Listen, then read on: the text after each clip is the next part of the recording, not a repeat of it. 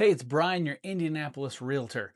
If you've been to any holiday parties lately, family gatherings, office parties, friendsgivings, you already know somebody is going to bring up the housing market. So in this video, I'm breaking down the three big questions I keep hearing right now. Will I even be able to find a home if I want to move?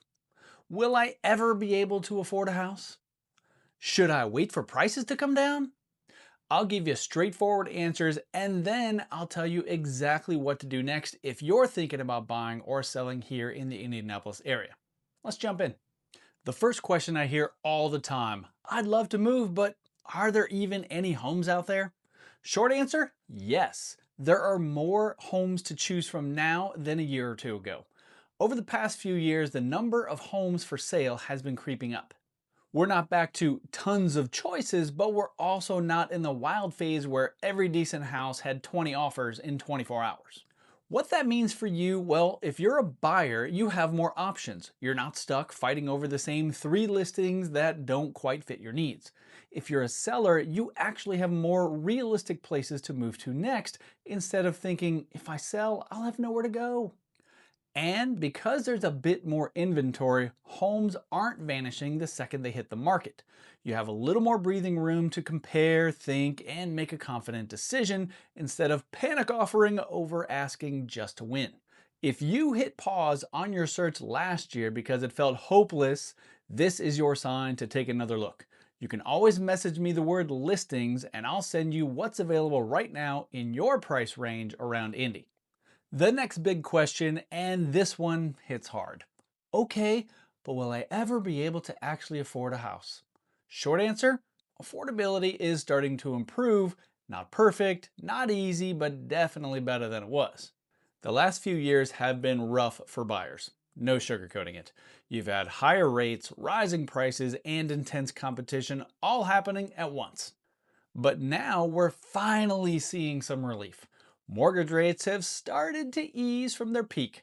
Home price growth has moderated, still growing in many areas, but not at that crazy unsustainable pace.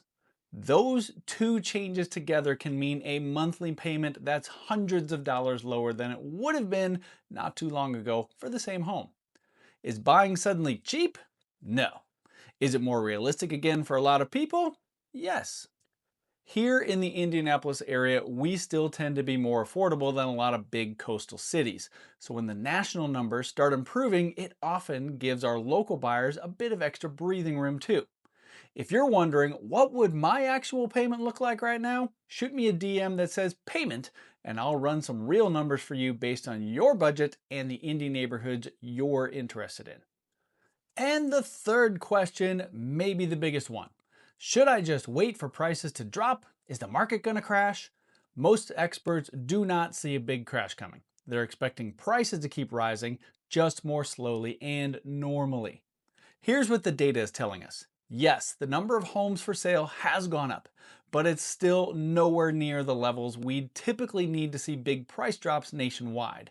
And today's homeowners generally have a lot more equity and much stronger financial positions than back in 2008. That combination makes a full-on crash very unlikely based on what we know right now. Every local market is a little different. Some areas are still seeing prices climb. Some of the spots that spiked the fastest a few years ago are flattening out or seeing small corrections. But overall, most forecasts show continued price growth, just at a slower, more normal pace.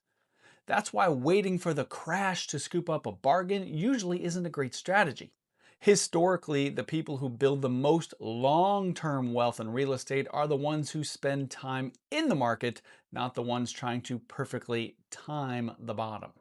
If you're sitting on the sidelines because you're scared to buy at the top, send me the word plan and I'll walk you through whether it makes sense to move now or wait based on your situation here in Indy. If you're thinking about buying or selling in the Indianapolis area, here's what I'd love you to do next. Grab a spot on my calendar, check the link in the description, and schedule a free, no pressure moving in Indy game plan call. We'll look at your budget, your timeline, and the neighborhoods that actually fit your lifestyle. Get my free guide. I've put together a moving in Indy starter guide that walks you through neighborhoods, price points, and what to expect this market. You can email me to request that one. And finally, hit subscribe if you want clear, no drama updates on the Indy housing market, plus neighborhood tours and cost of living breakdowns. Make sure to like this video, subscribe, and turn on notifications so you don't miss the next one. Thanks for hanging out with me today. Next time someone brings up the housing market at a holiday party, you'll be the one with the calm, confident answer.